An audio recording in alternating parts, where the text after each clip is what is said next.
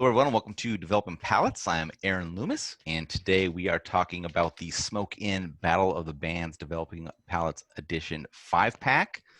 And specifically, we are talking about the Protocol Themis Toro. And who better to talk about than Juan Cancel, Kevin Keithan from Protocol Cigars. How are you guys doing? Good. How are you doing? Fantastic. Well, man. Thanks for having us. And also Hector Alfonso Sr. from Espinosa Cigars. How you doing, Hector? Have me on, Aaron. I appreciate it. All right, gentlemen. So as a part of this 5-pack that we put together over at Smoke In, we selected the Themis Toro, which I gave Cigar of the Year in 2017. So only putting cigars in this pack that we really are kind of behind and have already given very high ratings or have, they've already been at the top of our list for years in the past. Wanted to bring you guys on to chat a little bit about this cigar. So talk to Juan and Kevin from kind of some on the brand side, and talk to Hector a little bit on the blending side to kind of get the whole story about this cigar. So Themis was was it the second or the third core line release that you guys put out, Juan? Let me start by saying this. Aaron, thank you so much. It was an honor to get mentioned because in reality, every single 5-pack, they're amazing. So altogether, there were 6 5-packs? Yep. Or was it? Six, it was 6 times 5 is what? Do the math for me. 30. 35? 30? 30 phenomenal cigars, and we were chosen to be one of them, and it is an honor and a pleasure. Thank you, Aaron, much for that. Absolutely. One toast to Aaron. That'll be my first and last toast of the night. Aaron, you're the best. This ain't gonna be the last. I'll tell you that now. Anyway, it's a long night for us. We got. Can I mention that next show we have or Absolutely. Yeah, I'll right be there after too, this. so. Right after this, we'll be with Coop on what is it called? I'm already halfway Prime there. time. Prime time. Coop's prime time, and it's been a while. We haven't been on there in a while, but we're excited about that. Once for 10 minutes. So going back to the Themis and the way it came about. So that's our third release. It was the blue Protocol first. Yep. Then it was the red Probable Cause. Then the Themis was the third release. So yes, that was our third release to the market. And what's kind of the story behind the name Themis and how it kind of fit in with kind of the storyline that you use for your brands? I'm going to give you the whole here's a quick little synopsis on how Themis came to be. So with the blue was the first cigar that we came out with, and it was, quadruply hero, very strong. And Hector and I and us and Kevin were on a show the other day. We really spoke about the cigar and how special it was. But we came out with the Themis blue, with the Protocol blue, and it was just a great cigar, very strong, very full body, quadruply hero. So boom, is that punch in your mouth cigar. And Bill and I actually thought it was going to be our only cigar we were going to come out with, but those sold out, and we had to do a second one. So I'm a humongous fan of Mexican San Andreas, and Hector, being the magician that he is, does such an amazing job. So he created this beautiful blend for us of the Probable Cause. That was our number 2. So as we started to, I guess, get more stronghold in the industry, and we started traveling more, the people would ask us, do you guys have any natural cigars or natural, colored wrappers? No, we'd say we have dark and darker. That was our thing. It was dark and darker. Do you have any mild body cigars? No, we have strong and stronger. So to kind of meet that demand that the public was asking for, we said we had to do something special. So what we did was we came out with the Themis, and that's a Ecuadorian Connecticut shade wrapper. And back then, Bill Agatis was the third silent partner in the business. And while Bill and I had more of a fuller body flavor, our profiles are very full body Maduro. That's what we like. That's what we smoke. We smoke that all the time. We're not one of these people that wake up in the morning and have a natural, then an Oscuro and a Maduro all day long. I'm smoking full-bodied Maduros. That's what I like. I like that richness, the sweetness that you get from those wrappers and stuff. That's just me, my personal palate. The same way with Bill. So at the time, Bill Agatis, our third partner, he smoked a lot of Cubans, more milder. So his palate was more on the milder side, more lighter bodied. So it was him that went down with Hector, and we said, all right, this is your thing. Go do this. But keep in mind, if we're going to do something lighter body, we have to do a protocol spin on it. We just can't put it out there. And we talked about Connecticut, I believe. Hector will talk more about this when it's his turn to talk. But we want, it was already kind of leaning towards a Connecticut, but I myself am not a Connecticut fan. And there's nothing wrong with it. If you guys want to smoke it, that's great. But for me, the average Connecticut is like smoking a cardboard. There's no real depth body. It's just all kind of very light smoke to me. So it's like smoking a cardboard piece. So I was like, listen, if we're going to do this, we got to put a protocol spin on it. And I think this would be a great segue for Hector to take it over when I got this, created this blend with you. So Hector, what was the blending process like for this cigar? Well, see, that was what they were looking for is a gateway cigar. They needed to bring in, people who don't want to smoke strong and stronger. That year, that was the year after the big Connecticut push in the show. If you remember, Drew Estate came out with Shade, yeah. Shade, Monco. I think there were several other Connecticut's that started to pop up at the show. Right after that, we started to work on it. I'm not a Connecticut shade smoker. Eric, shade smoker. Nobody in the office, because Jack wasn't with us at the time, was a Connecticut shade smoker. So I've always said that this cigar, as well as Crema and the other two that I did for, the one I did for Cornelius and the one I did for Aguala, was very difficult. It was a difficult time for me because I don't know what a good Connecticut is. So when it came down to making this blend, I just simply, I looked at our portfolio and I made a Connecticut that would fit in with ours. And with theirs is a little more punchy, a little more peppery than ours. I just kind of gave them a Connecticut that kind of I thought would fit in. I mean, you don't want to, if you're going to have a gateway cigar, the trip from one gateway to the other can't be too far. Right. It has to be a step up or a step down, but not something that, not a super entry level cigar. So it was a good year. I mean, we made while I was there, I made 5 blends and 4 of them were picked up, and I don't know whatever happened to the 5th one, but it was a good cigar for them. It gave them, an extra, gave them another SKU, another couple of Batolas, and it also it stops the guy from walking away from the table when you're doing an event and he's looking for a cigar and say, oh, look, try this. So it was, I just thought it was the right cigar at the right time for them. It was all the things I've done in the last 8 years. It's probably the one I'm proudest of those particular cigars because it's not in my wheelhouse. I really had no idea where to go. And once they were done, to find guys that smoke Connecticut to be able to commiserate over these and, talk about them was a little hard as well. But, it all worked out in the end. Crema did real well for us. Crema is one of our staples, and Themis seems to be doing very well for these guys as well. Nice. Yeah, I remember my first experience with a cigar was I came down to Miami in March of 2017 to come visit you, Hector, in the office.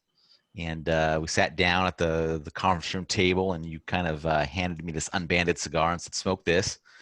So I light it up, and then I'm smoking it, and we're sitting there bullshitting about baseball and whatever else stuff is going on. And I stopped for a minute, and I said, the real things to worry about in the world, the real important. So I stopped when we were talking. I said, Hector, what did you say this was? Because it was just like the cigar had just like kind of stopped me in my tracks about like it was super flavorful. It had a kind of a medium strength level to it. It wasn't like overpowering or anything like that. And he kind of told me what it was, and I was like, wow, this is really good. And then get to the trade show, and you guys release it at the trade show, and then get to smoke it a few months later for review, and it was just like it had just performed so well. It was just a phenomenal cigar, and it just it's one of those when you smoke a ton of different stuff, it takes a little bit for something to kind of jump out at you and kind of make you think, all right, this is different, or this is a lot better than what everything else that's out right now. And this is just one of those cigars that did that to me. And it did it to me, when I tried it for the first time, because we were just talking about stuff and I had to stop and talk about it some more, and then getting to do a review on it. And it was just all those times, getting to smoke it it was a real treat. So just a cigar that I still to this day enjoy very much. So, you know what's amazing to me is that this cigar came out in 2017, and Hector, we've never like pussyfoot around it. We've always said Hector is the guy that blends our cigars. You know, so Hector's like an artist in the sense that you commission an artist and you have an idea in your head, and you cannot sit there and paint something, but you can commission an artist and you tell this artist, this is what I envision. It's all up here. And Hector has the skills to take all your kinetic energy and draw it together and focus it and then create something real from what you were envisioning. So I give Hector 100% of the credit, but we're talking about a cigar that was released in 2017, 3 years ago, and we're still talking about it. That in itself is amazing. And it's a testament to what Hector can do and the stuff that's coming out of La Zona, that 3 years later, you're still talking about a particular cigar, which is amazing. Yep. And then I also want Kevin to talk a little bit about Themis, how we came up with the theme of Themis and how it fits into the law. You know, what's crazy about Themis is it's our #1 seller. Nice. Everyone says they smoke full-bodied cigars, right, and I see guys saying they smoke full-bodied, but no, it's everyone goes back to that Themis. They love it in the morning. They can smoke it at night. It's got that, you know, Lancero punch, and people come back to us and say, "Yeah, you say this is a mild, but it's really a medium." For us, it's very mild. For me, it's mild. Right. But you know, I think it's a mild plus if I'd put it anywhere. But Themis, the god of justice. So she's, you know, the scales, everything you see at the courthouse. So she gives homage to Bill Agathis, who was a lawyer in his previous life. And Greek. And Greek, yes, Greek god of justice. So it kind of went with the whole protocol law enforcement theme right there. So like I said before, this cigar to me is one of my favorite. I am that guy that Juan talks about. So I wake up in the morning, I like my Themis, right? Mm-hmm. Then I'll go to Unofficial Misconduct. I absolutely love that cigar. That's our second best seller. And then, you know, at the end of the night, I can switch it up. But, you know, a lot of times it's a Sir Robert Peel Natural because that's kind of a medium plus, even though it's a natural. And then I, you know, maybe do a blue or a Sir Robert Peel Maduro. Nice. Yeah, the packaging is quite nice on it. It's got the nice gold, and you know all those core brands, they have their identifiable color to it, and this the gold really works on this. It plays off nicely on the wrapper color and things like that. So that's really well done, and that kind of that gold foot ribbon that really kind of ties it together. There, it's a nice touch there. I think it just the color of the beautiful Connecticut shade it just pops really nice with that gold P and the ribbon. As you said, it's amazing. And the Vitolas for this line: Toro Robusto. There's a Lancero. Was a Corona Gorda for this as well? Okay. Another protocol factoid is that this particular line has the most Vitolas in it. Right, Kevin? Yes, the most Vitolas. So we find that the Corona Gorda just pops with what Espinosa's making. That's kind of like our favorite size. I'm smoking a Themis Corona Gorda right now. And so, yeah, this one has the most Vitolas in our lines because it does so well. And I've told a lot of people, we said it on the last show we were on with Hector, but right now that Lancero, they get great ratings, but they're probably the least sales for a cigar company. But that Lancero has been sitting, that thing smokes fantastic. And a lot of guys have picked them up and they're believing what I was saying because they're seeing it firsthand. Yeah. So this is a good core line for us. We have the Lawman series now, but this is a great core line for us. And like I said, the sales don't lie. When I run the reports, this is our best seller. Right. Like anytime I have somebody that asks us, like, you know, what's a great gateway cigar to you guys? Like Hector said, to kind of use Hector's terminology, what's going to get me? I'm just starting with cigars. I'm curious about your brand. What do you have in your portfolio that you could put me onto? I'm not going to put him on a Protocol Blue if that's your first cigar, because that quadruple Hero is going to knock this guy out. He might not ever pick up a cigar again. So I think, like Hector said, it's a great gateway introduction into the world of cigars, and especially into the world of Protocol and ultimately what La Zona is doing. Because, of course, as you guys know, La Zona, you know, we're La Zona proud, La Zona strong, and they would be the only people that make our cigars.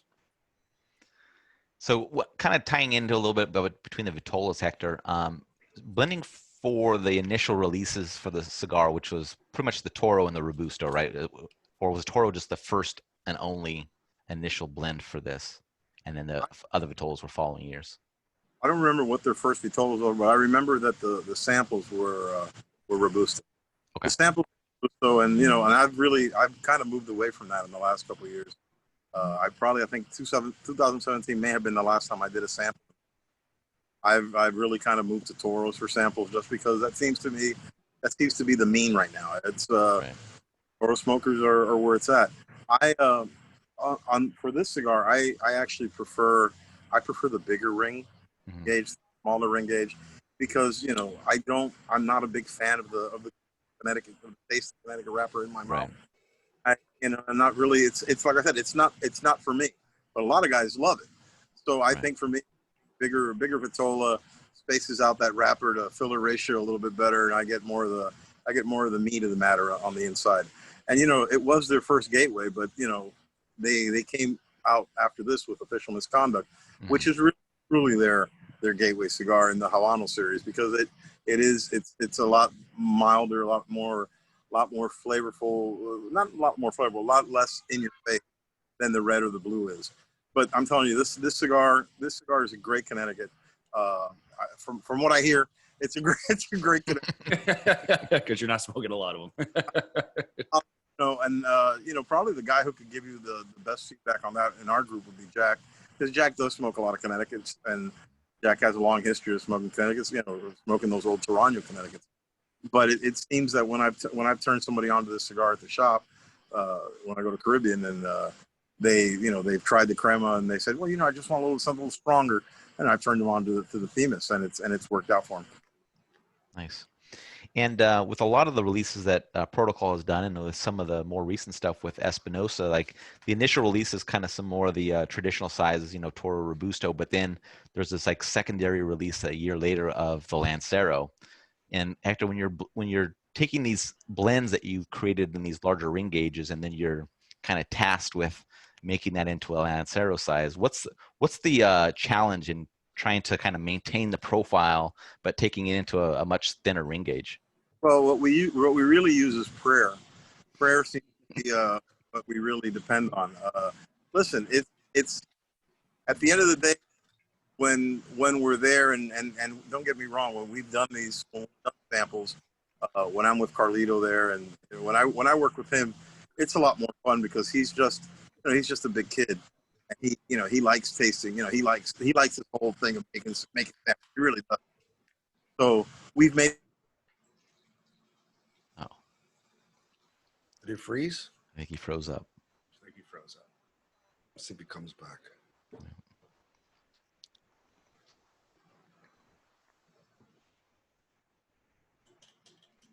While we wait for him, we'll see. So, kind of talking about that Lancero trend, that was kind of something that you guys did early on with some of the lines. All right, he's back.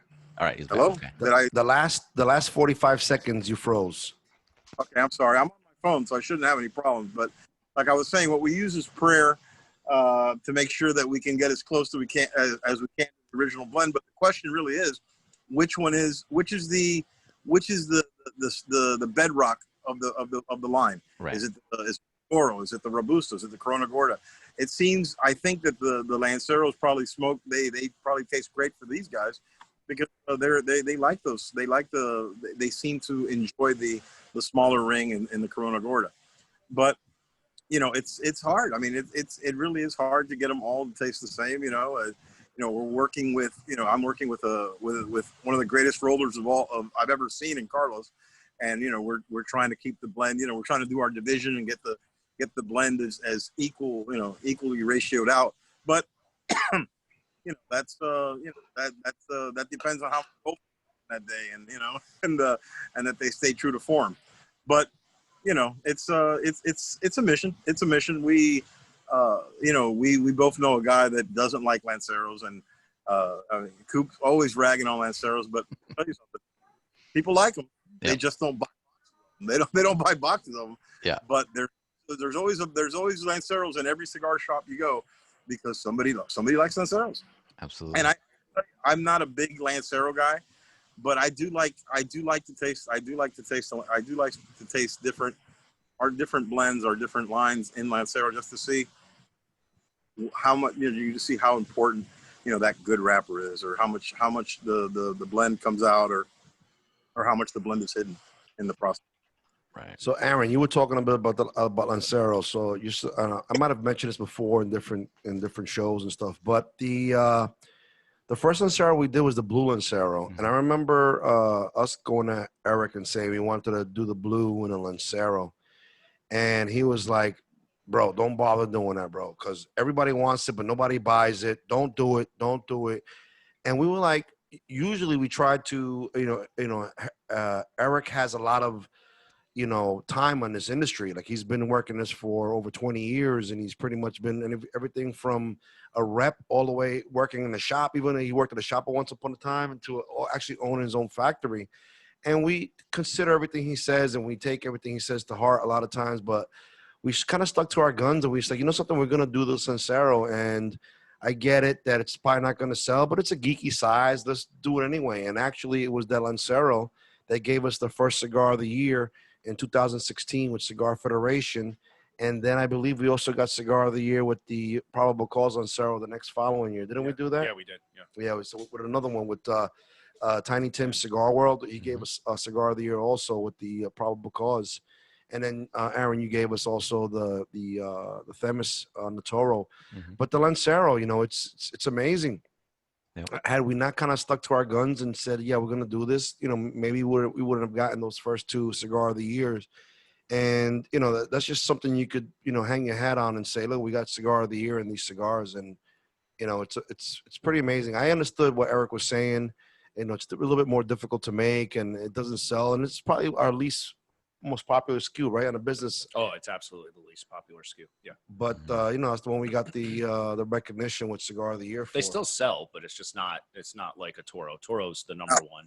Then a ironic, Aaron, and I don't think these guys released it, but I've had this blended a double Corona, and a lot of cigar. Oh, we've given those out at events, and people the love double that Corona is our what we call the owner's Vitola. Like we do, because we were opening up, and we still do. We open up our own boxes and get high in our own supply. There goes Hector, but hopefully he comes back.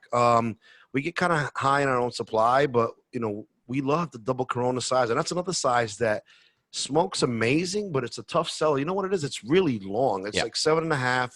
Yeah. By 49. Hector, which is the one you guys make? Is a Cuban style? That's the 7.5 by 49. Is that what for double Corona? 7.5 by 49. Yeah. So it's just and it's a beautiful smoke, man. It's just I think it intimidates people a lot, but it smokes incredible in the Themis. I'll give it that. Yeah. And Aaron, we did buck the trend there. We did it the Lancero in the blue, red, gold. But official misconduct, our solid medium body of the road, we did not come out with that. I have them in my humidor, and nobody asked me for them. Oh, but I think they smoke. You want to hear something? You want to hear something funny? I'm gonna make. This is a funny story. So I'm traveling the East Coast last year, 2019. I go to Hector's office. We're sitting there. I know Hector's like, God damn it, this fucking guy again. But I'm sitting there. I'm like, wow, look, I'm with my mentor right now. This is amazing. I got to sit with him every day. Okay. He comes out, he gives me this Lancero, and I'm like, what is this? He goes, just smoke it. And I light it up, and I smoke. I'm like, oh, my God, this thing is phenomenal. What is this? He says it's official misconduct. Lancero from the ones I made you a year ago. And the thing about that, because we thought our trend was going to be, we came out with the blue Lancero, the red Lancero, the gold Lancero. So obviously, if you keep going on that following history, the silver, the official misconduct would have been our next Lancero. But when we smoked it, it wasn't there for us. Like it didn't do it. But now, just resting a year, how amazing is it? It's amazing how a cigar will change. Wow. With a year's rest on it. It was probably phenomenal. No plans to come out with that. No, we don't have no plans. You just don't want to wait the 1 year resting period and then release them, huh? Who wants to wait at 1 year or something? That's a lot of capital to tie up for 1 year. Listen to him, business guy now. That's right. You're rubbing off on me, kid. The thing is, I have about 10 left myself, so that's fine. That's no problem. There you go. Yeah, there you go. All right, so just to remind everybody, this is the Smoke In Battle of the Bands Developing Palates Edition 5-pack. Tell everybody what's in there again. Just go by everybody that's watching. Everybody is watching. Go buy this. I know Abe's got a lot of ones, but this is one special because you went super boutique on this one. Yeah. Tell everybody what so if you want to buy these, go to smokein.com/battle. You'll be able to see all the samplers, but choose the Developing Palates one. So we got the Themis Toro in there.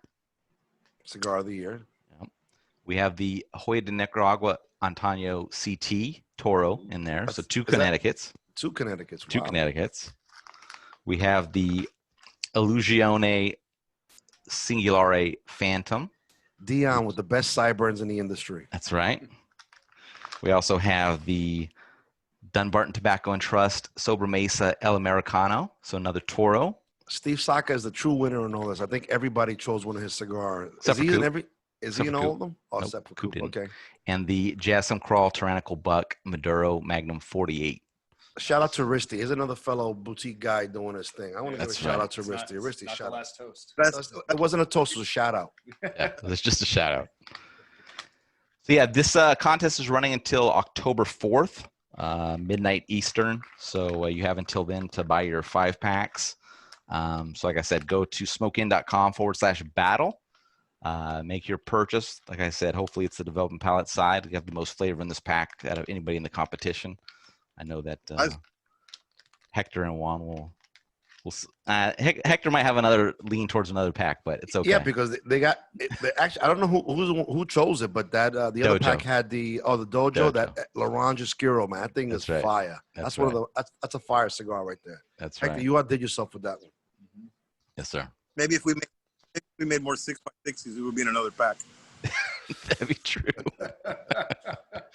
or if you had the factory for 25 years, you'd be in another pack as well.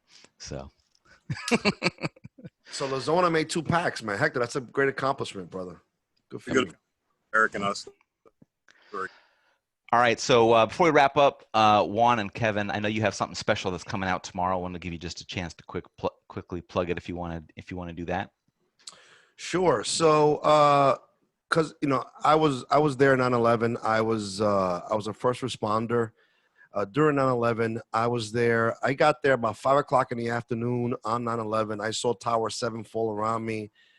Chaos for the next 17 days straight. I was there. I basically was there 17 days straight, maybe doing about 18, 19 hours every day. I don't want to get into it, but listen, we're going. How many years is now? I'm bad at math already. How many years did we? That was 19 years. 19. Is it, Yeah. is it 19? Wow, Yeah, 19 2001. years ago. I can't believe it's been that long. 19 years. So, for me, 9/11 is always a very just. I don't know what's the right word. A sombering is that the right word? Sombering time for me because I was there. Sobering. No, not sober. I don't want to be sober, but sombering. Oh, whatever. You know what I'm talking about. Anyway, so Caldwell Cigars does a lost and found and asks us because it's known that I'm this is a police officer owned operated cigar line. Asks us to be part of this project, so we do the lost and found one, where 100% of the proceeds will go to the tower. Tunnels to Towers. So I'll tell you quick about this foundation. It's probably one of the most amazing foundations out there. It's actually based on a fireman that traveled from the Lincoln Tunnel all the way to the towers, and he went up there and with backpack with all his gear. His name is eluding me now, Steve something, but Steve, this beautiful firefighter, risked his life, and he actually went into the towers, and the towers fell on him, and unfortunately he passed. Just like many of us. The 37 from the Port Authority, the 343 from the FDNY, and I believe it's 23 from NYPD. So they wanted to do something for the first responders, and they asked us to do like a cross promotion with them. You guys know the lost and found thing, what Caldwell do. We have really, we didn't really do nothing with the cigar, but he just asked to be part of it to help promote it. And as a cross promotion, because I'm a first responder and this is a police officer owned company. So we went back there. So yeah, so the, pretty much at all Caldwell accounts, you'll be able to find this this one, and it's for all first responders, and 100% of the proceeds will go to the Tunnel to Towers Foundation. Kevin, you want to add something? No, it was just, an honor that they asked us to be a part of the charity. Again, we really don't have much to do with the project other than, we're on the logo, but it means a lot to Juan and us that we're a part of it and give back a little bit.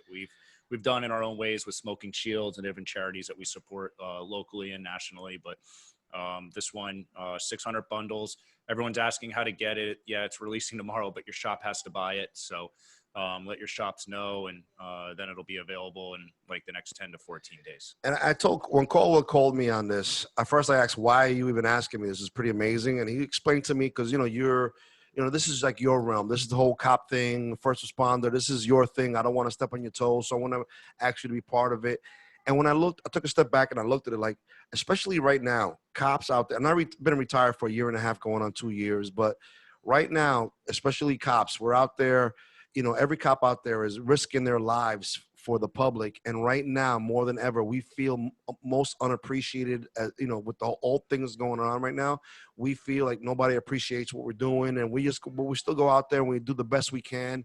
And to have something like this happen where somebody's saying, we're doing this to thank you and fellow Lawrence first responders, I was all about it. So I'm very thankful to Caldwell to include us in that project. Nice. That's a good cause. So hopefully everybody out there is hitting up their retailers to grab some of these packs. So, all right, Juan, Kevin, and Hector, thank you all for joining me tonight on this sampler pack. And again, you can go to smokein.com/battle and pick up your Developing Palates Edition flavor pack. Thanks, guys. We will catch you on the next episode. Real quick, I just want to say thank you. Thank you to Hector. Hector, I know I bother you a lot, and we joke around about it, and I'm sure I really do bother you. But if it wasn't for you, for what you do, Kevin and I wouldn't be here 5 years later, going on 6. People still talking about us. We're still around, and that shows the kind of person and the skills that you have as a blender. And I just want to show my appreciation to you. And you know, all jokes aside, I joke around all the time, but I love Eric and I love you, and without you guys, we wouldn't be here. So thank you. Cheers. We appreciate that, and you know, as much as you thank me, thank Eric as well, because Eric took the chance when you guys came to us. He believed in you guys, and so far, you know, you've done nothing but prove everybody wrong. So. Well, some days he does second guess his choices, but some days. I'm talking about the company, not you per se. So, you know, it's a nice story, and we do. You know, we try to do what we can, and we try to do it as best we can. You know, so we appreciate. You guys Thank are you. Class act. Thank you. Yeah, we love you. We love Lazona, Eric, and you, and Eric Jr. too, and Jack sometimes. Don't forget Rich. Richie Riot too. There you go. All right. Thank you guys again for joining me tonight. All right. Thanks. All right, thank you. Take it easy. Never forget 9/11.